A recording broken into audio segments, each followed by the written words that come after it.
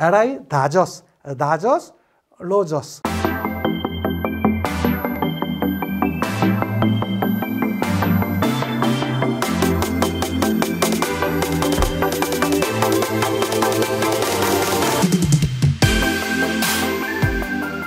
안녕하세요. 반갑습니다. 여러분의 역사 완성자 이상환입니다. 너무 반갑습니다. 근현대사로 찾아뵙게 되었습니다. 저는 사실 개인적으로요, 여러분, 전근대사보다 근현대사 파트를 더 좋아합니다. 왜 그러냐면 지금의 내가 있게 된, 지금의 우리 사회가 존재하게 되는 거에 조금 더 가까워지고 조금 더 직접적인 영향을 준 역사잖아요. 전 그래서 개인적으로는 근현대사 쪽을 더 좀 선호하고 좋아합니다. 바로 제 이러한 마음으로 여러분과 함께 나눌 첫 번째 주제는요, 흥선대원군입니다. 흥선대원군은요, 국내 정책, 그 다음에 통상수교 거부 정책, 이 두 패턴으로 나오니까요. 잘 한번 말씀드릴 거고, 생각보다 시험 문제 많이 나와요. 언제나 한 문제씩은 나오는 파트가 여기 파트가 되겠습니다. 한번 들어가 보도록 할게요. 먼저 흥선대원군이 개혁정책에 나오는 거에 큰 배경이 있어요. 그 앞에 세도정치가 있었죠. 정조의 갑작스러운 죽음으로 인해서 아주 유력 가문들이 모든 권력을 독점하게 되었습니다. 안동, 김씨, 풍양, 조씨로 대표되는 유력 가문들이 있었고요. 왕의 권한은 추락해 있었죠. 자, 그러다 보니까 이런 유력 가문들한테 줄을 댄 사람들이 모든 권력을 얻어가는 것이에요. 매관 매직이 성행했었고요. 이 매관 매직, 돈을 주고 관직을 사는 행위는 결과적으로는 농민들의 수탈로 이어질 수밖에 없었습니다. 삼정의 문란으로 정말로 어려움을 겪고 있던 상태에서 누가 등장하냐? 흥선대원군이 등장합니다. 먼저 이 용어를 먼저 살짝 한번 설명을 드리자면, 대원군이라는 용어가 여러분 어디서 쓰이는지 아세요? 본인은 왕이 아니지만 아들이 왕이 된 사람한테 붙여주는 용어를 대원군이라고 그래요. 대원군이라고 그래요. 그런데 그러니까 원래 왕 아들은 왕이어야 되잖아요. 그런데 뭐 어쨌든 뭐가 꼬여가지고 왕이 안 됐었는 거예요. 그러다가 아들이 왕이 됐는데 아버지가 왕이 아닌 사람을 붙여주는 사람 명칭을 대원군이라고 하는데, 조선시대에 4명이나 있었대요. 우린 그런 거 다 알 필요는 없어요. 근데 중요한 건 그 앞에 있었던 3명의 대원군은 죽어서 대원군이라고 호칭이 붙여진 것이고요. 살아서 대원군이 된 인물은 흥선대원군 이하응이 유일합니다. 자, 흥선대원군에 대한 몇 가지 오해가 있습니다. 상갓집 개였다.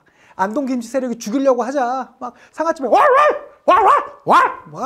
흙 주워 먹기도 하고요. 그 다음에 막 가랑이를 기기도 하고요. 그런 기행을 보이다가 겨우겨우 그 위협을 벗어나서 살다가 권력을 잡으면서 싹 복수해버렸다. 나오는 것의 역사적인 근거는 하나도 없습니다. 김동인의 소설 운영궁에 보면서 지어진 얘기인데, 그게 마치 그 이후 영화나 드라마에서 너무 많이 나오게 되면서 일반 사실처럼 돼버렸어요. 역사적 근거 돼보세요. 저도 이거 찾으려고 여러 번 공부했고요. 그리고 여러분, 무엇보다 별로 그렇게 성공한 책은 아니지만 제가 6년 전에 책을 한 권 썼거든요. 청춘의 완터뷰라고. 제가 역사인물 만나서 인터뷰하는 형태의 그 책을 썼는데요. 그 청춘의 완터뷰의 첫 번째 인터뷰 대상자가 흥선대원군이어서 전 흥선대원군에 대해서는 공부를 꽤 좀 많이 했어요. 근데 사료적 근거가 전혀 없습니다. 오해예요.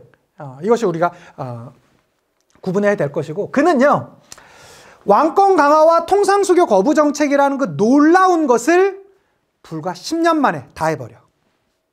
특히 왕권 강화는 여러분 놀라워요. 제가 이따가도 말씀드리겠지만, 저는 조선 전기의 최고의 성군 세종대왕 누가 부정할 수 있겠습니까? 조선 후기 최고의 군주 바로 정조대왕 누가 부정할 수 있겠습니까? 그런데 세종과 정조가 하지 못했던 것을 흥선이 왕이 아닌 입장에서 10년 만에 다 해냈다라고 저는 확신합니다. 그 누구보다 정치력, 흥선대원군보다 더 좋은 사람 있으면 나와보라고 그래요. 제가 알기론 우리 역사에는 없어요. 그는 놀라운 인물이었습니다. 그럼에도 불구하고 그는 쇄국론자였다.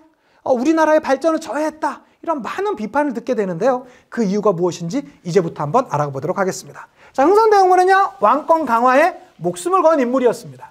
자, 그래서 비변사를 혁파해버려요. 비변사가 뭐죠? 요거 혹시 기억하실까요? 비중 있는 삶을 살아가기 위해선 명상이 최선이다.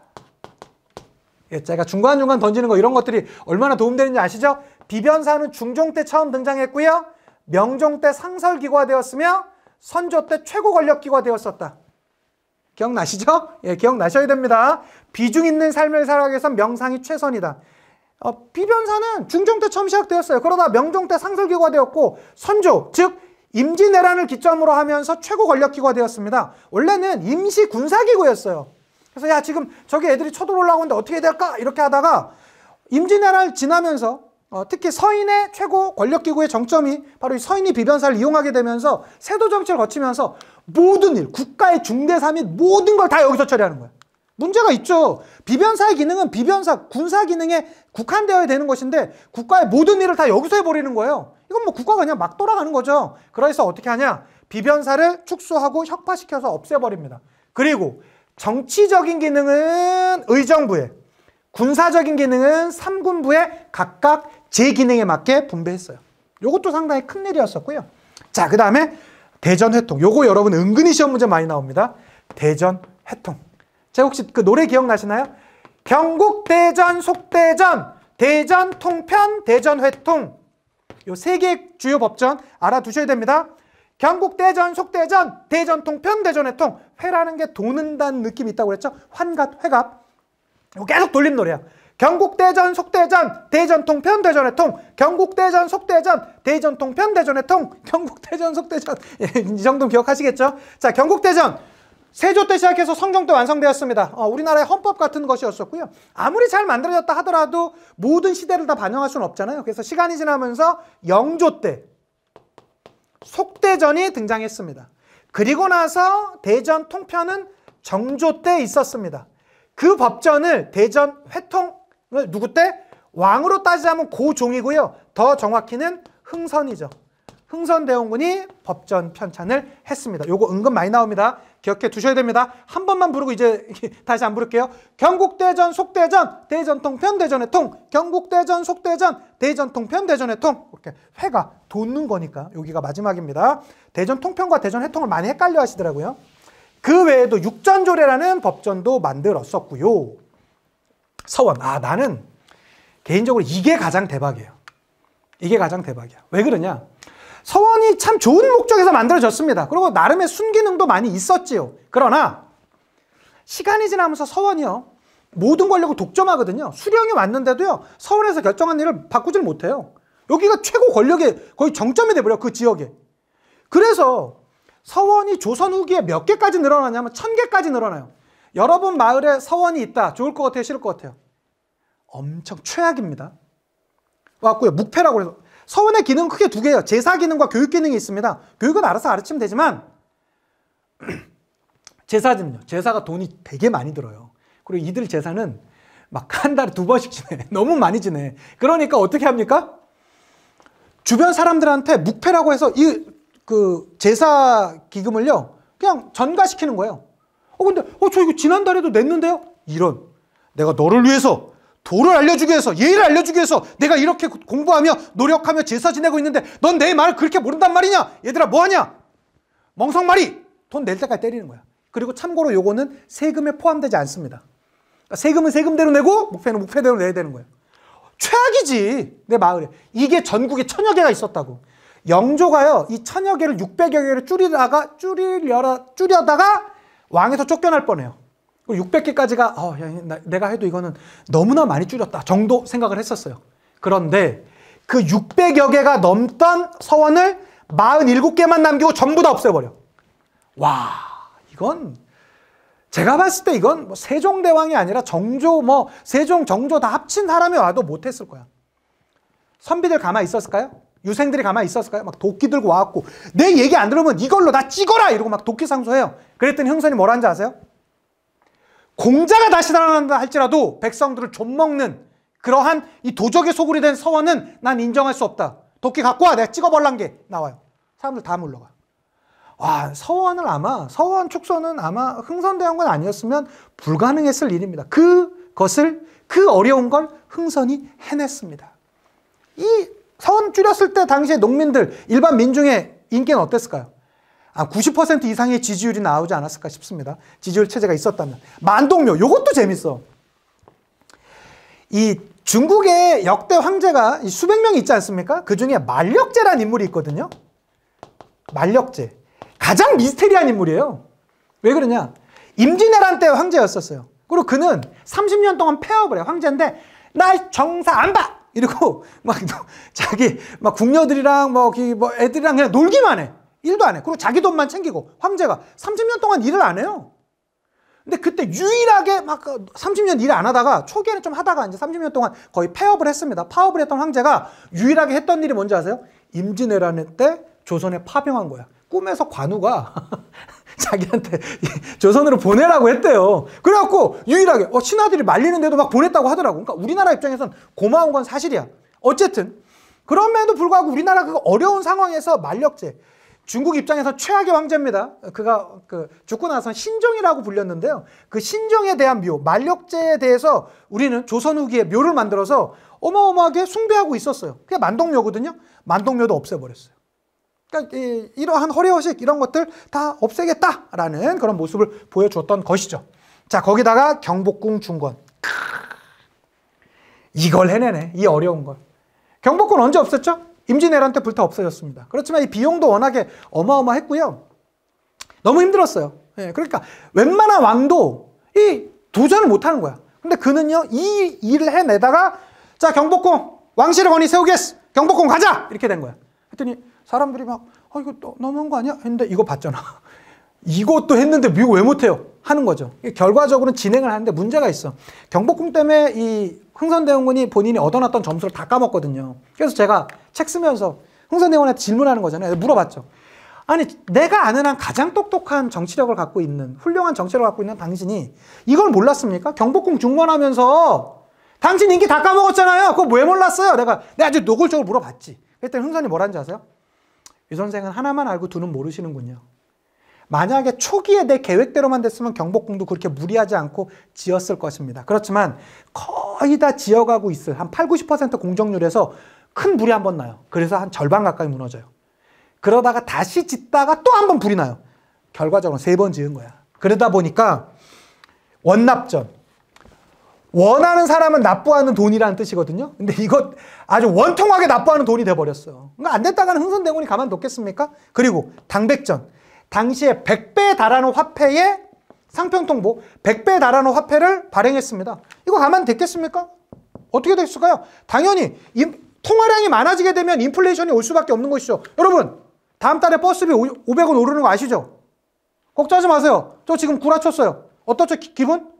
뭐 우리는 뭐 누가 몇천억 했니, 몇십억 받았니? 아무 별다른 느낌이 없어. 500원 버스비 오르는 거, 전철비 오르는 거 어때? 흥분하지. 일반 농민들은요, 일반 민들은요, 이 당백전으로 인해서 물가 상승이 왔다? 이게 결정타였어. 그러니까 결과적으로는 요거 정리해보자면, 보세요.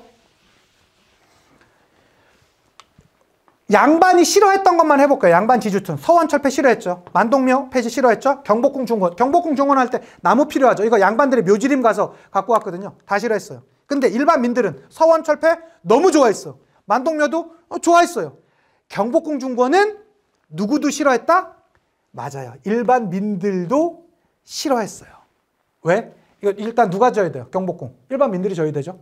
요역 뽑아서. 또 이거. 물가 상승. 물가 상승은 최악이야.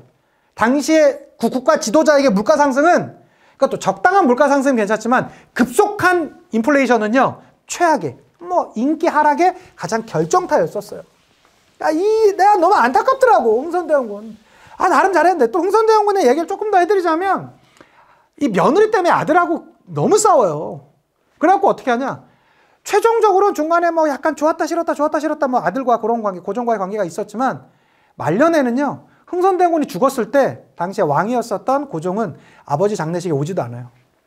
그렇게 사이가 벌어져. 전 개인적으로 참 안타까운 인물, 흥선대원군이 되겠습니다. 자, 민생 안정도 한번 정리를 해봐야죠. 민생 안정, 전정.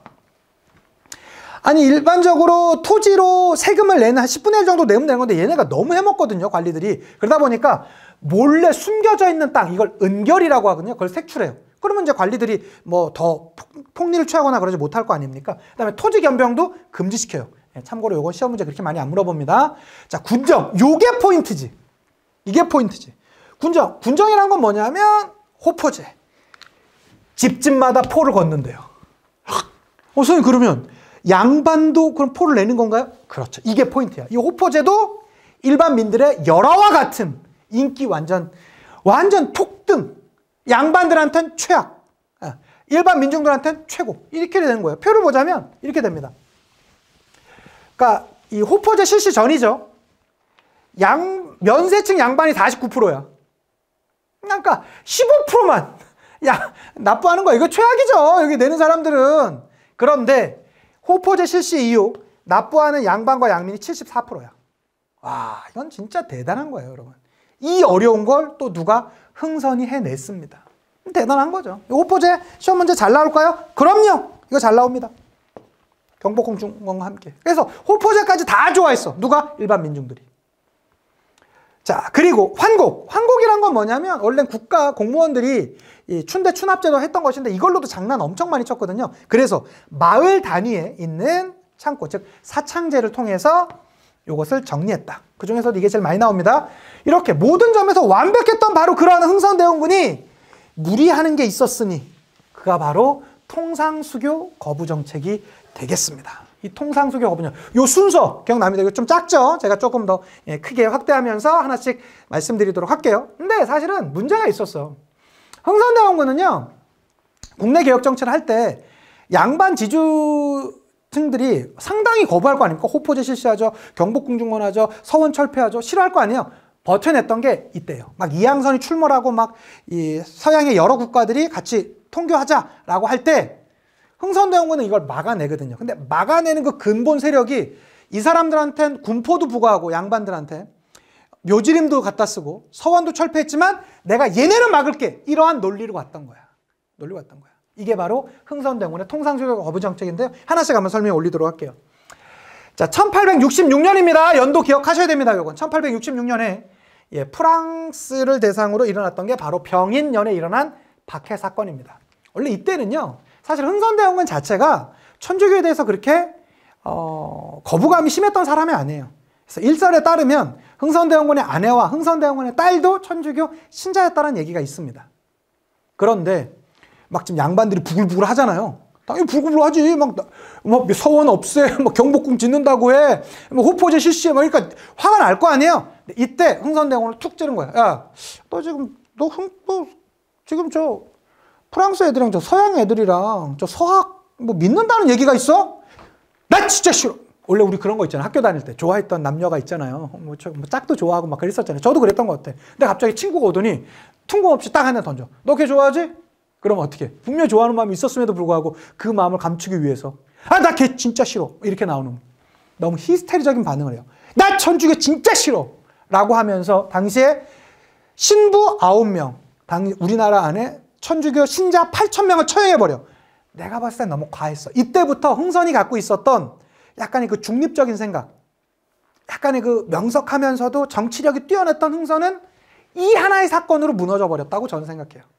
그러고 나서 어떻게 됩니까? 당연히 프랑스 입장에서 이렇게 많은 피해를 봤으니까 여기 프랑스 신부들 아닙니까? 그래서 어떻게? 군대를 가지고 쳐들어왔어요. 우린 그걸 뭐라고 합니까? 병인양요라고 합니다. 자, 프랑스가 쳐들어왔습니다. 로즈 제독. 잠시 뒤에 로저스 제독이 있거든요. 로저스. 자, 예전에 지금 프로야구 선수 중에 제일 유명한 선수가 유현진 선수죠. 자, 한화 이글스의 유일한 자랑. LA 다저스 갔다가 지금은 토론토로 가 있지만 LA 다저스, 로저스. 뭐 이렇게 약간 미국 느낌이고요. 로즈, 장미 아닙니까? 베르사유의 장미. 그렇죠. 장미는 프랑스입니다. 어쨌든 강화도에 로즈 제독이 쳐들어왔던 게 병인 양요가 되는데, 이 순서 시기적으로만 먼저 하나 말씀드리자면 병인 박해와 병인 양요 사이에 제너럴 셔머너 사건이라는 사건이 있었어요. 제너럴 셔머너 사건이란 건 뭐냐면 미국의 상선이었었던 제너럴 셔먼호가 대동강을 거슬러 올라왔던 거야. 초기에는 잘 지냈대요. 근데 이때 이제 좀 마찰이 나오게 되면서 우리의 당시의 관민과 군민들이 여기에 있는 제너럴 셔먼호를 완전히 전소해버렸던 사건이 바로 제너럴 셔먼호 사건이에요. 이것은 5년 뒤에 신미양요의 큰 배경이 됩니다. 가장 직접적인 배경이 됩니다. 근데 어쨌든 순서는 병인 박해, 제너럴 셔먼호 사건, 병인 양요, 요 순서예요. 기억해 두셔야 됩니다. 요건 순서로 나옵니다. 기억해 두시고요. 자, 그 다음에 나오는 것이 바로 이 병인 양요에 있었던 사건들 한번 보도록 할게요. 문수산성의 한성근. 여러분 혹시라도 이 강의를 듣고 계신 분들 중에서 우리 문익환 목사님의 아들 한때 뭐 아주 연기적으로도 잘 나갔던 문성근 씨 기억하시나요? 문성근 씨. 예, 예전에 그것이 알고 싶다 MC기도 하셨죠. 자, 그 다음에 정족산성의 양원수. 정족산성의 양원수. 문성근 씨와 정량, 정족산성의 양원수. 요 정도 기억해 두시면 좋겠고요. 자, 이때 이들이 저항하는 모습을 보여주었었고, 특히 이때 이제 프랑스군이 후퇴를 하면서 외교장각 의궤 약탈. 요거 기억해 두셔야 됩니다. 요거 기억해요. 외교장각. 이 규장각이라는 게 왕실 도서관이잖아요. 그런데 한양 주변 바깥에 있는 규장각도 있었어요. 우리는 그런 걸 외규장각이라고 하고요. 이 외규장각 의궤를 약탈해 갔습니다. 그렇지만 2011년에 그것을 반환받았죠. 직지가 이때 약탈당했을까요? 직지는 아니에요. 그건 이제 프랑스 외교관이 몰래 그냥 가져간 것이고요. 외교장각 의궤는 이때 약탈이 됐던 것입니다. 이 지도에서 보시자면 지도상에서 구분하는 문제는 많이 나오지는 않을 텐데요. 한번 보시자면 병인양요와 신미양요를 구분하셔야 됩니다. 자, 문수산성의 한성근, 문성근 씨 기억하셔야 되겠죠? 여기가 문수산성 여기에 있고요. 여기가 강화도죠. 예, 그 다음에 양원수 병인양요 때 있습니다. 양원수의 이 덕진진에 있는 데가 이제는 정족산성입니다. 예, 여기 양원수는 정족산성. 잠시 뒤에 나오는 어재현 장군의 광성보는 잠시 뒤에 다시 한번 신미양요 때 말씀드릴게요. 보시면 좋겠고. 자, 요 순서가 됩니다. 자, 되셨죠? 다시 한번. 자, 병인양요는 로즈 제독이 강화도를 공격해 왔다. 로즈 제독은 누구다? 프랑스 베르사유의 장미 기억하시면 되죠. 예, 문수산성의 한성근, 정족산성의 양원수가 들어왔다. 외교장각 의궤가 이 과정 가운데서 약탈되었었다. 요거 기억하시고요. 예, 지도상으로도 한번 살짝 봐주시고요. 자, 그리고 나서 병인박해 제너럴 혐오로 사건, 병인양요가 있었죠. 그 이후에 나오는 게 오페르트 도굴 미수 사건이에요. 이 오페르트 도굴 미수 사건이라는 건 뭐냐면 오페르트라는 놈이 이 독일 사람이에요. 독일 사람인데 꽤 집안은 괜찮게 태어났던 것 같은데 이제 사업하다가 좀 말아먹고 여기 와서 이제 국제 도굴단이 된 거예요. 그래서 이 조선의 문호를 개방시키겠다라고 하면서 나름의 짱굴 굴린 거야. 그래서 어떻게 보니까 조선 사람들이 가장 귀하게 여기는 게 자신들의 선조들의 유해네. 그러면 지금 가장 힘이 있는 사람이 누구야? 조선의 흥선대원군. 흥선대원군의 아버지 남영군의 묘를 도굴한 다음에 그것을 바탕으로 통상을 요구해야지 라고 했던 거예요. 좀 제정신이 아니었지. 그래서 어떻게? 이 오페르트는 독일 사람이었지만 독일 사람뿐만 아니라 미국, 프랑스, 그다음에 뭐 청나라의 몇몇 사람들까지 다 연대하는 국제 도굴단이 만들어져. 그리고 나서 남영군의 묘를 도굴하러 들어갔다가 결과적으로는 도굴을 실패하죠. 이때 먼저 관군이 좀 하기도 했었고, 뭐 일설에 많이 뭐 전해지기로는 뭐 흥선대원군이 여기다가 이 뭐 쇠를 쇠를 뭐 몇만 근을 붓고 뭐 석회를 뭐 하고 했다라고 하는데 그건 사실 역사적 사실은 아닙니다. 원래 기본적으로 이 조선 시대의 하나의 무덤 양식은요, 약간 이렇게 회반죽을 넣어요. 예, 회반죽을 넣는, 시멘트를 그 위에 막 들이붓고 이런 건 아니에요. 예, 관 주변에 그렇게 약간 이 석회, 이 회반죽을 넣는 형태였기 때문에 그건 좀 어려웠다라고 보기도 하고, 실제로 여기 이제 밝혀졌던 오페르트 및 여기에 이제 관련되어 있는 사람들의 진술을 보면 우리가 하려다가 그냥 왔다. 뭐 하려고 했으면 이거 못 받겠냐라고 주장하는 뭐 글도 있고 그래요. 어쨌든 이게 미수로 끝나요. 그러니까 막 우리 사람들은 더 부글부글한 것이죠. 저 금수만도 못한 것들, 이 감히 우리 대원이 마마의 아버지 뭐 유고를 지금 이렇게 한다고 그래, 이 나쁜 놈들 하고 있는데, 이때 제너럴 셔모노 사건 이후 5년 뒤에 누가 쳐들어오게 되었던 것입니까? 바로 1871년도에 신미양요가 터지게 되었던 것이죠. 그러니까 요 순서 기억하셔야 돼요. 시험 문제는 요 순서로 나옵니다. 병인박해가 제일 먼저, 제너럴 셔모노가 두 번째, 병인양요가 세 번째, 네 번째가 오페르트 도구 미수 사건, 다섯 번째가 신미양요입니다. 요 순서 기억해 두시고요. 자, 그러면 제너럴 셔모 사건에 의해서 나왔었던 신미양요 한번 설명 올리도록 하겠습니다. 1871년입니다. 1871년 신미양요는요, 미국이 쳐들어온 겁니다. 신미양요는 미국이 쳐들어왔고요. 혹시 여러분 이 장면 기억하십니까? 미스터 션샤인의 한 장면을 제가 가져와 봤습니다. 미스터 션샤인 그 초기 장면 나오는 게 미국과 막 싸우는 장면 있죠. 그게 신미양요예요. 이게 신미양요. 기억해 두셔야 됩니다. 자, 로저스 제독. 이 제독 이름입니다. L.I. 로저스. 기억해 두시면 되겠죠? 강화도. 그러니까 병인양요도 그렇고 신미양요도 둘 다 강화도로 공격해 들어왔던 것입니다. 광성보의 어재현 장군. 관선보의 어제현 장군. 요거 문수산성의 한성근, 정족산성의 양원수 요렇게 있죠. 그 다음에 광성보의 어제현 장군이 있는데 뭐 복잡한 게 많은데요. 여러분 이것만 기억하시면 돼요. 이건 뭐 문성근 씨랑 뭐 그 광어를 먹는데 정량을 뭐 먹기로 했다, 뭐 이게 제가 예전에 뭐 말도 만들라고 했었거든요. 근데 그거보단 광어만 기억하세요. 여러분 회, 어떤 회가 제일 좋아하세요? 무조건 광어야. 광어야! 광어 맛있어. 이렇게 큰 광어 드셔보신 적 있습니까? 광어입니다. 광어 좋아하세요. 광어입니다. 광어. 광성보의 어제현. 그거 하나면 끝납니다.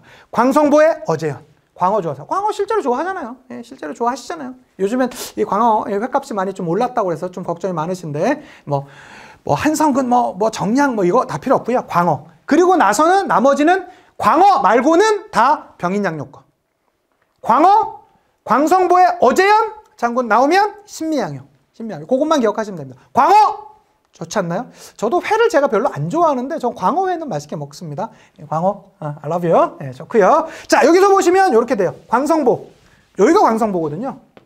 광성보, 어제현 장군의 광성보 기억해 두시면 좋겠습니다. 또 하나, 이 당시에 이게 장수 숫자거든요. 한자로는 수작이라고 그래가지고 이것을 미국이 가져갔었다가 미국 그 사관학교에 있다가 이것을 또 반환 받았었죠. 2007년도에. 그래서 요 광성보. 자, 미국과 신미양요는 미국과 있었고 광어 있었습니다.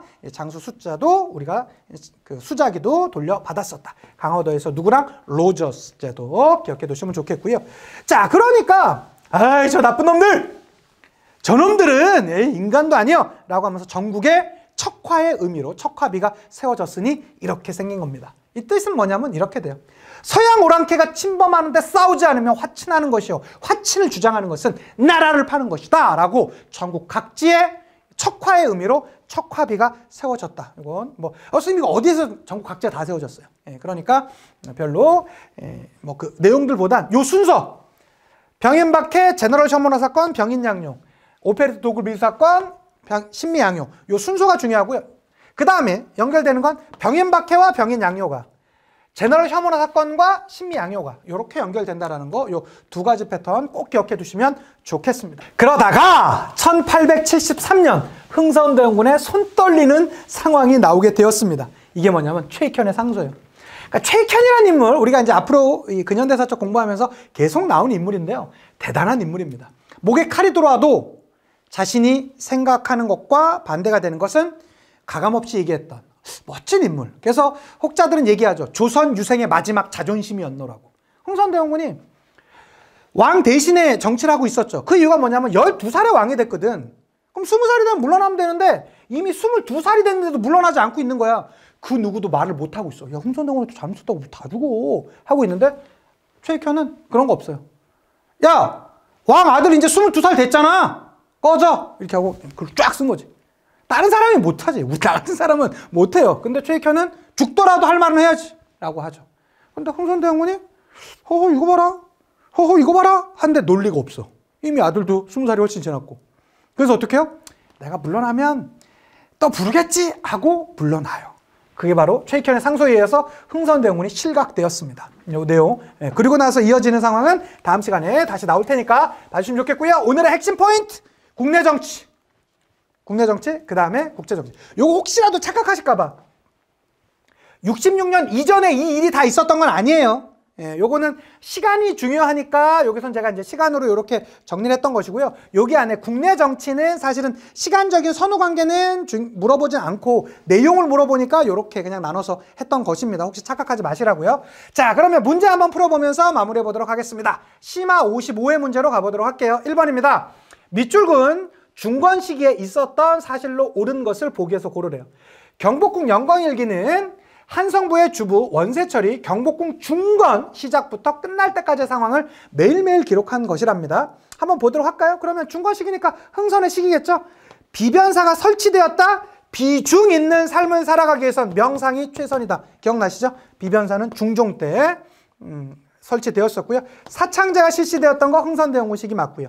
원납전이 징수되었던 것도 맞죠. 대전 통편, 요거 제 노래 없으면 헷갈린다고요. 어떻게? 경국대전, 속대전, 대전 통편, 대전 회통. 아하, 흥선대원군은 회통이구나. 기억하실 수 있겠죠? 회통입니다. 회통. 그러면 요건 아니죠. 대전 통편은 정조예요. 그러니까 니은과 디귿 정답은 3번 이렇게 봐주시면 좋겠고요. 자, 문제 더 보도록 하겠습니다. 자, 심화 54회로 가보도록 할게요. 밑줄은 이 사건이 일어난 시기를 연표해서 옳게 고르랍니다. 자, 봤더니 이것은 어제현 장군이 이끈 노저스 제독의 함대와 맞서 싸워서 광성보에서 결렬에 싸웠다. 광어 나왔네요. 그렇죠? 예, 미국과 신민연의 광성보에서 어제현 장군이 붙었었던 신민연이니까 1871년이죠. 병인박해 1866년, 오페르토 도굴사건 1868년, 강화도 조약 우리 아직 안 배웠지만 76년은 71년 다음에 있겠네요. 그러니까 정답 나 되셨죠? 예, 요렇게 정답은 2번 체크해 주시면 오늘 다 풀었다라고 할 수 있겠습니다. 좋습니다, 여러분. 수고 많으셨고요. 이제 다음에는 강화도 조약과 개화정책의 추진에 대한 내용으로 찾아뵙도록 하겠습니다. 수고 많으셨고요. 다음에 더 좋은 모습으로 또 찾아뵙도록 하겠습니다. 인사드리고 물러갈게요. 역사 완성되는 그날까지 와